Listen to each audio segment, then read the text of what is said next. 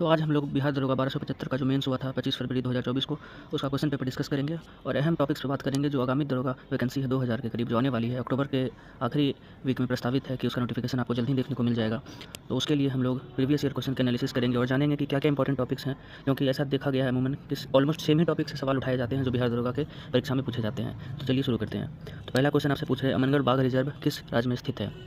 तो इसका सीधा आंसर हो जाएगा उत्तर प्रदेश। अब एग्जाम में काफ़ी लोगों के मन में कन्फ्यूजन था कि उन्होंने डायरेक्टली अमनगढ़ बाघ रिजर्व नहीं पढ़ा था। तो मैं आप लोगों को बताना चाहूँगा कि उत्तराखंड में जो जिम कॉर्बेट नेशनल पार्क है, ये उसका बफर जोन है। बफर जोन से क्या मतलब हुआ कि मान लीजिए ये जिम कॉर्बेट नेशनल पार्क है उत्तराखंड में, इसका कुछ हिस्सा जो यूपी में आता है उसका नाम दिया गया है अमनगढ़ बाघ रिजर्व। तो ये एरिया यूपी में आता है, इसलिए इसका आंसर यूपी हो जाएगा। नेक्स्ट क्वेश्चन में आपसे पूछ रहे हैं, चरक किस वंश से संबंधित थे? तो चरक कुशन राजा कनिष्क के दरबारी थे, तो इसका सीधा आंसर हो जाएगा कुशन। अयोध्या दीपोत्सव 2023 में कितने लाख दिए जलाकर विश्व रिकॉर्ड बनाया गया था? तो देखिए ऑप्शन यहाँ आप जैसे देख सकते हैं। यदि आपको अच्छे से इसका जवाब नहीं पता होगा तो आप आसानी से कंफ्यूज कर सकते हैं, लेकिन जैसे मैंने याद किया था कि उस दिन शायद तारीख भी 22 थी, इसलिए इसका आंसर 22 लाख होगा। मतलब ऐसे मैंने याद रखा था और ये सवाल एग्जाम में मुझे देखने को मिल गया, तो मैं काफ़ी खुश हुआ था इससे। तो इसका सीधा आंसर हो जाएगा 22 लाख प्लस दिए। बिहार मानवाधिकार आयोग कब गठित हुआ था? Bihar human rights commission. तो इसकी स्थापना वर्ष 2000 में हुई थी। चलिए अब आप कमेंट्स में बताइए कि नेशनल ह्यूमन राइट्स कमीशन की स्थापना किस वर्ष हुई थी? बी आर अम्बेडकर ने डिप्रेस्ड क्लास एसोसिएशन की स्थापना कब किया? तो इसकी स्थापना इन्होंने वर्ष 1930 में की थी। तो इसका जवाब हो जाएगा 1930। उपराष्ट्रपति को पद से कैसे हटाया जाता है? तो जैसा कि आप जानते हैं उपराष्ट्रपति राज्यसभा का पदेन सभापति होता है, तो उसे हटाने के लिए भी राज्यसभा के एक संकल्प की आवश्यकता पड़ेगी। तो इसका आंसर हो जाएगा राज्यसभा के संकल्प द्वारा, ऑप्शन सी। तो मैं आप लोगों को बताना चाहूँगा कि पॉलिटी से बहुत ही इजी और डायरेक्ट क्वेश्चन पूछे जाते हैं बिहार दरोगा एग्जाम में। तो पॉलिटी को आपको जितना हो सके उतनी अच्छे तरीके से याद करना है और सारे कॉन्सेप्ट को समझना है, क्योंकि यदि जरा सा भी आपसे मिस्टेक होता है किसी कॉन्सेप्ट को समझने में या एग्जाम हॉल में किसी भी ऑप्शन में आप कन्फ्यूजन होता है तो फिर आप गलत कर सकते हैं, इसकी बहुत ज़्यादा संभावना होती है। अगला क्वेश्चन, उत्कल दिवस किस राज्य द्वारा मनाया जाता है?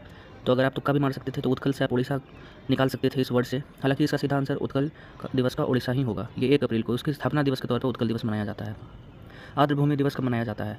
ये क्वेश्चन काफ़ी बार रिपीट किया है और ये मतलब एक जनरल सा सवाल हो गया है। 2 फरवरी 1971 में रामसर ईरान में जो जगह है वहाँ आर्द्रभूमि के लिए एक कन्वेंशन हुआ था, इसलिए हम 2 फरवरी को आर्द्रभूमि दिवस मनाते हैं। अब देखिए ये सवाल नंबर 7 जैसे है उत्कल दिवस वाला, इससे मैं आप लोगों को एक इंपॉर्टेंट टॉपिक बताना चाहूँगा जो बिहार दरोगा एग्जाम में काफ़ी हेल्पफुल रहेगा।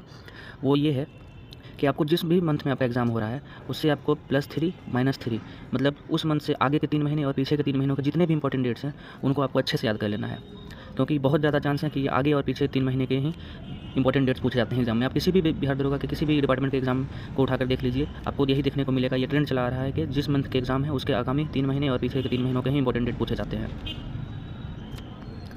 सबसे बड़ा अशोक चक्र कहाँ स्थापित किया गया? ये मेरे ख्याल से करंट अफेयर का सवाल था, तो मुझे एग्जाम के वक्त इसकी जानकारी नहीं थी, तो मैंने इसका तुक्का भी नहीं लगाया और ये मेरी सबसे बड़ी गलती हुई। तो मैं इस कारण कहीं मेरा फाइनल मेरिट जो रुका है तो ये इस कारण हुआ कि मैंने कुछ आंसर तुक्के भी नहीं लगाए और खाली छोड़ दिया, जो गलती आप कभी ना करें। मैं रिपीट कर रहा हूँ, ये गलती आप कभी ना करें। बिहार दरोगा एग्जाम में काफ़ी कम नेगेटिव मार्किंग होती है, इसलिए आप दिल खोलकर 100 में 100 क्वेश्चन अटैम्प्ट जरूर लें। ताश के पत्तों में से लाल पत्ते की रानी को नहीं रहने की संभावना क्या है?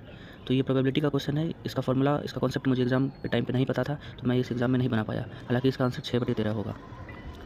जौन नदमुख एस्चुअरी कौन सी नदी बनाती है? तो ये काफ़ी सिंपल सा स्टैटिक क्वेश्चन है। एस्चुअरी ताप्ती नदी बनाती है, तो इसका सीधा आंसर ताप्ती नदी हो जाएगा। इब्न बतूता किस सदी में भारत आया था? ये क्वेश्चन आप लोगों को जितना आसान दिख रहा होगा उतना आसान है नहीं, क्योंकि जिसे यदि नॉलेज होगा भी कि वो इब्न बतूता मोहम्मद बिन तुगलक के समय काल के दौरान भारत आया था। और तुगलक वंश का जब हम समय रेखा देखेंगे दिल्ली सल्तनत में, तो वो हमें 1320 से लेकर 1414 के करीब, या पता नहीं, मुझे थोड़ा सा इसमें कन्फ्यूजन है, लेकिन 1320 के अराउंड शुरू हुआ था। तो मैं ये बताना चाहता हूँ कि 1320 से जो भी आगे की है, तो काफ़ी लोग इसमें 13वीं सेंचुरी मार देंगे और इसका आंसर गलत हो जाएगा। लेकिन 1320 जो है ये 14वीं सेंचुरी में आता है, मतलब 14वीं सदी में इसको कहा जाता है। 1301 से लेकर के 1399 तक का जो समय काल है उसे 14वीं सेंचुरी कहा जाएगा, तो इसका आंसर इसलिए 14वीं सेंचुरी हो जाएगा। तो ये काफ़ी सिली मिस्टेक होगा जो काफ़ी लोगों का हुआ होगा मेरे ख्याल से। विद्युत शक्ति की इकाई है, इसे आसान प्रश्न तो आपको शायद ही देखने को मिले, तो इसमें कोई गलती नहीं करनी है और आराम से इसका +2 नंबर ले लेने हैं। सभी अम्ल में पाए जाने वाला तत्व है? तो हर एसिड जब भी रिएक्ट करता है तो हाइड्रोजन लिबरेट करता है, ये तो हम सभी ने पढ़ा है, तो इसका आंसर हो जाएगा हाइड्रोजन। सभी अम्ल में हाइड्रोजन पाए जाते हैं। प्रकाश तंतु किस नियम पर कार्य करते हैं? Optical fibre works on the principle of total internal reflection. इसका मतलब प्रकाश के पूर्ण आंतरिक परावर्तन पर। एक ठोस गेंद का व्यास डायमीटर 4.2 सेंटीमीटर, घनत्व डेंसिटी 8.9 ग्राम पर सेंटीमीटर क्यूब है, तो गेंद का द्रव्यमान यानी मास ज्ञात करें। तो ठोस गेंद का कहने का मतलब है कि सॉलिड स्फीयर की बात हो रही है। सॉलिड स्फीयर का वॉल्यूम का फॉर्मूला होता है 4/3 πr क्यूब। तो यहाँ पर आपको डेटा सारे दिए हुए हैं, इससे आप वॉल्यूम कैलकुलेट कर लेंगे। और फिर जैसा कि हम जानते हैं डेंसिटी होती है मास बटे वॉल्यूम।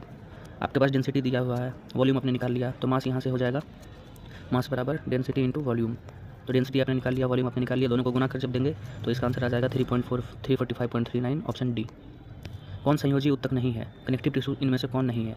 तो हम जानते हैं कि ब्लड इज कनेक्टिव टिश्यू, रक्त होगा। अस्थि, बोन मैरो, उपास्थि का मुझे इंग्लिश तो नहीं पता, लेकिन ये होगा क्योंकि चौथा ऑप्शन अपने पास हार्मोन है जो कि ये कनेक्टिव टिश्यू नहीं है, तो इसका आंसर हो जाएगा हार्मोन। उड़ीसा की बादाम पहाड़ी से कौन सा अयस्क निकाला जाता है? तो ये स्टैटिक प्रश्न है। उड़ीसा की बादाम पहाड़ी से हेमाटाइट आयरन ओर निकाला जाता है। शुंग वंश के बाद किस वंश ने शासन किया? तो शुंग वंश के बाद कण्व वंश आए थे। ये आपको क्रोनोलॉजिकल ऑर्डर में याद रखना पड़ेगा। ये जब आप हिस्ट्री करेंगे तो हिस्ट्री को पढ़ने का सबसे बेहतर तरीका है कि आप वंशों को भी उनके कलमानुसार सजा लें और उससे भी याद रखने की कोशिश करें। DRDO द्वारा विकसित अस्त्र कैसी मिसाइल है? ये मैंने बहुत अच्छे से याद किया था मेंस एग्जाम के लिए, लेकिन ऑप्शन देखने के बाद मेरे मन में ऐसा कन्फ्यूजन हुआ कि मैं इसका आंसर गलत मार के चला आया। हालांकि इसका आंसर होगा वायु से वायु अस्त्र is a air to air defence missile. इसे याद रखने का एक और तरीका जो मैंने एग्जाम के टाइम पे याद किया था, अस्त्र आप यदि लिखेंगे तो ASTRA, तो यदि आप गौर से यहाँ पे देखें तो आपको देखने को मिलेगा कि एयर टू एयर, आप ऐसे भी याद रख सकते थे एयर टू एयर। तो खैर मेरा एग्जाम में गलती हो गया तो अभी बताने का कोई फ़ायदा नहीं, लेकिन फिर भी आप लोग की नॉलेज के लिए बता दूँ कि Astra is air to air defence missile. 1916 में कांग्रेस अधिवेशन कहाँ आयोजित हुआ था? तो ये सारे सवाल जो हैं ये आपको सिर्फ और सिर्फ नंबर उठाने के लिए दिए जाते हैं। हालांकि कुछ लोग होंगे जो इसमें भी कन्फ्यूज होकर के गलती कर देंगे, लेकिन उनकी बात अभी मैं नहीं करूँगा। 1916 में कांग्रेस अधिवेशन लखनऊ में आयोजित किया गया था। कांग्रेस का पहला विभाजन किस वर्ष हुआ? कांग्रेस स्प्लिट हम सभी जानते हैं कि 1907 में हुआ था पहला विभाजन। बिहार के निम्नलिखित जिलों को उत्तर से दक्षिण, नॉर्थ टू साउथ व्यवस्थित करें। तो ये क्वेश्चन के लिए आपको बिहार का मैप का पूरा अच्छे से नॉलेज होनी चाहिए, माइंड मैप क्लियर होना चाहिए। तो इसका सीधा आंसर हो जाएगा गोपालगंज, सिवान, बक्सर, रोहतास। जब आप नॉर्थ टू साउथ इस अनुसार आप अरेंज करेंगे इन सारे डिस्ट्रिक्ट्स को, तो आप देखेंगे गोपालगंज सबसे पहले आता है, उसके नीचे सिवान, उसके नीचे बक्सर, उसके नीचे रोहतास। तो इसका सही ऑप्शन बी हो जाएगा 1 2 3 4। ये सही क्रम में इसी क्रम में दिया हुआ है। विषम चुने, choose the odd one out. इसमें ऑप्शन है नाई, लोहार, दर्जी और बढ़ई। अब इसका विषम चुनने का क्या तर्क होगा? मेरा तर्क जो ये था कि लोहार जैसे अकेले काम करता है किसी वस्तु पर, दर्जी खुद अकेला काम करता है किसी कपड़े पर, बढ़ई लकड़ी पर खुद अकेला काम करता है, लेकिन नाई को काम करने के लिए एक दूसरे इंसान की आवश्यकता होती है, तो इसलिए मैंने इसका आंसर नाई मारा था, जो कि सही हुआ। लकड़ी से फर्नीचर बनती है तो गेहूं से क्या बनेगी? ऑब्वियसली रोटी बनेगी, तो इसका आंसर रोटी होगा। आपातकाल में कौन सा अनुच्छेद निष्क्रिय नहीं होता है? ये आप जितने भी देख रहे हैं प्रश्न, ये ज़्यादातर स्टैटिक क्वेश्चन पूछे गए हैं, इसलिए इस क्वेश्चन को overall level easy to moderate ही था मेरे अकॉर्डिंग। तो इसका आंसर हो जाएगा 20 और 21। आपातकाल में अनुच्छेद 20 और 21 निष्क्रिय नहीं होते हैं, 19 और 20 हो जाते हैं। कोलकाता का सहयोगी बंदरगाह कौन है? इसका सिंपल सा मतलब है कि कोलकाता में कौन सा बंदरगाह है। तो कोलकाता में हल्दिया है, हल्दिया पोर्ट सभी जानते हैं। विशाखापट्टनम आंध्र प्रदेश में है, पारादीप उड़ीसा में है और कोच्चि केरल में है। समान नागरिक संहिता का प्रावधान किस अनुच्छेद के अंतर्गत है? तो यूनिफॉर्म सिविल कोड समान नागरिक संहिता का जिक्र अनुच्छेद 44 में है। अब ये प्रश्न इसमें क्यों उठाकर दिया गया? क्योंकि उस टाइम जिस टाइम ये एग्जाम कंडक्ट कराया जा रहा था उससे कुछ समय पूर्व उत्तराखंड में यूनिफॉर्म सिविल कोड लागू करने की बात चल रही थी, तो इसलिए मुझे इसकी आशंका भी थी कि ये सवाल पूछ सकता है और ये सवाल पूछा गया। 14वां अखिल भारतीय पुलिस कमांडो प्रतियोगिता 22 जनवरी 2024 को कहाँ आयोजित हुआ? तो ये करंट अफेयर का सवाल है। इसका आंसर कपुलुपादा विशाखापट्टनम हो जाएगा। पूगा घाटी लद्दाख किस लिए प्रसिद्ध है? तो पूगा घाटी भूतापीय ऊर्जा जियोथर्मल एनर्जी के लिए फेमस है। आप इसका ऑप्शन एलिमिनेट भी कर सकते थे, मैंने हालांकि एग्जाम में ऑप्शन एलिमिनेट नहीं किया, तो मुझे तापीय ऊर्जा नहीं, सौर ऊर्जा तो बिल्कुल भी नहीं, आणविक ऊर्जा तो एकदम ही नहीं, भूतापीय ऊर्जा, और वो माउंटेनियस रीजन है तो वो भूतापीय ऊर्जा के लिए बेहतर ऑप्शन साबित होगा। लोकसभा अध्यक्ष और उपाध्यक्ष दोनों उपस्थित हों तो लोकसभा की बैठक को सुगम कौन बनाता है? तो जब स्पीकर और डिप्टी स्पीकर दोनों एब्सेंट हों तो जो अध्यक्ष पैनल होगा, पैनल ऑफ चेयरमैन, उसका कोई एक व्यक्ति लीड करेगा और सभा को संबोधित करेगा। लोकसभा अध्यक्ष के चुनाव की तिथि किसके द्वारा घोषित किया जाता है? तो ये तिथि घोषित करते हैं राष्ट्रपति महोदय। कोयला भंडारण में प्रथम राज्य कौन सा है? ये सिंपल सा सवाल है, इसका आंसर हो जाएगा झारखंड। सोशल कॉन्ट्रैक्ट किसके द्वारा लिखा गया है? तो बुक्स और उनके ऑथर भी आपको याद रखने हैं, ये भी जरूर पूछे जाते हैं। तो सोशल कॉन्ट्रैक्ट के लेखक हैं रूसो। कौन सा स्थान पूर्वी तट पर स्थित है? ये सवाल आपको 64 पोस्ट का जो हुआ था प्रोहिबिशन एसआई, उसमें भी आपको देखने को मिला था, बस पूछने का तरीका इस एग्जाम में थोड़ा अलग है। कौन सा स्थान पूर्वी तट पर है? यानी कि इंडिया में यदि आप इंडिया के मैप पे देखेंगे तो ये पूर्व की ओर आएगा। तो तूतीकोरिन पोर्ट जो है, तूतीकोरिन, ये तमिलनाडु में है जो कि इंडिया के राइट में आता है। बाकी ये कोल्लम, एर्नाकुलम, कोच्चिन, ये सारे केरल में हैं जो कि लेफ्ट साइड में आते हैं। 92वां संविधान संशोधन 2003 द्वारा 8वीं अनुसूची में कौन सा भाषा जोड़ी गई थी? तो 92वें संशोधन 2003 के द्वारा BDSM, बोडो डोंगरी, मैथिली और संथाली को जोड़ा गया था। तो इसका आंसर हो जाएगा संथाली। योजना आयोग किस वर्ष स्थापित हुआ? तो ये तो बहुत जनरल सा स्टैटिक सवाल हो गया, 1950। सही सुमेलित करें। भारत का संघ प्रधानमंत्री हो जाएगा, राज्य राज्यपाल के अंडर हो जाएगा, नगर निगम महापौर के अंडर, और ग्राम पंचायत को सरपंच लीड करता है। तो इसका अकॉर्डिंग आंसर इसका हो जाएगा 3 का डी, ये ऑप्शन ए। समांतर श्रेणी अरिथमेटिक प्रोग्रेशन 23, 29, 35, 41 का 9वां पद क्या होगा? तो इसमें आप गौर से देखिए कि हर पद में +6 की वृद्धि हो रही है। तो +6 करते हुए आप कुछ 9वें टर्म तक पहुंच जाएंगे और 9वां टर्म इसका 71 होगा। जीआई टैग किस संस्थान द्वारा प्रदान किया जाता है? तो GI tag World Trade Organization के द्वारा प्रदान किया जाता है। ये सवाल भी आपको काफ़ी बार देखने को मिल जाएगा उलट पुलट तरीके से। एक क्वेश्चन इससे इस तरह का आता है कि वर्ल्ड ट्रेड ऑर्गेनाइजेशन का पहले नाम क्या हुआ करता था? तो इसका पहले से नाम GATT, general agreement on trade and tariff हुआ करता था। इसकी स्थापना 1995 में हुई थी। बक्सर के युद्ध के समय दिल्ली का शासक कौन था? तो ये तो काफ़ी इजी क्वेश्चन है, शाह आलम था जब बक्सर का युद्ध हुआ था 1764 में। अध्यक्षात्मक सरकार की विशेषता क्या है? मतलब प्रेसिडेंशियल फॉर्म ऑफ गवर्नमेंट का चीफ फीचर क्या है? तो ये क्वेश्चन ऐसा था जिसका मुझे अभी भी कन्फ्यूजन है। हालांकि इसका आंसर मैंने स्वतंत्र कार्यपालिका लगाया था, इस PDF के अनुसार भी इसका आंसर स्वतंत्र कार्यपालिका लिखा ही है, लेकिन मुझे ऐसा लग रहा है कि इसका आंसर जो आयोग ने माना होगा वो शक्ति का विभाजन माना होगा, सेपरेशन ऑफ पावर। खैर अब आंसर की तो रिलीज़ करता नहीं है आयोग, तो ये इस क्वेश्चन को ऐसे ही छोड़ दिया जाए, लेकिन मेरे ख्याल से आंसर इसका शक्ति का विभाजन ही माना गया होगा आयोग द्वारा। यदि पुलिस को इस तरह लिखा जाता है तो राइटर को क्या लिखा जाएगा? अब यहाँ पर गौर से देखें, पुलिस का जो वर्ड है, लेटर्स है, इसको जस्ट उलट कर लिखा गया है, POLICE। उसी प्रकार राइटर को हम लोग जब लिखेंगे तो राइटर का जस्ट हम लोग इसी तरह से उल्टा लिखना शुरू करेंगे, WRITER। तो ये आपको इस ऑप्शन में देखने को मिल रहा है, तो ऑप्शन डी इसका आंसर हो जाएगा। ये रीजनिंग का सवाल है। अभी इस रीजनिंग में देखिए, इन 2 फिगर पे गौर करें, इसके समानुपाती ये पहली फिगर है। तो यहाँ एक ट्रायंगल देखने को मिल रहा है, नीचे 3 स्क्वायर है, तो ये ट्रायंगल नीचे आ जाएगा, ये स्क्वायर ऊपर चला जाएगा। और दूसरी बात कि यहाँ एक ट्रायंगल है, यहाँ 3 स्क्वायर हैं, तो इनका नंबर भी आपस में चेंज हो जाएगा, ऊपर जाकर ये 1 स्क्वायर हो जाएगा, नीचे आकर 3 ट्रायंगल। तो उसी तरह इस वाली फिगर में देखिए, ऊपर सर्कल है तो ये सर्कल नीचे आ जाएगा और ऊपर पेंटागन चला जाएगा। नीचे 3 पेंटागन है तो ऊपर 3, नीचे 3 पेंटागन है तो ऊपर जाकर 1 हो जाएगा, और ऊपर 1 सर्कल है तो नीचे 3 सर्कल हो जाएगा।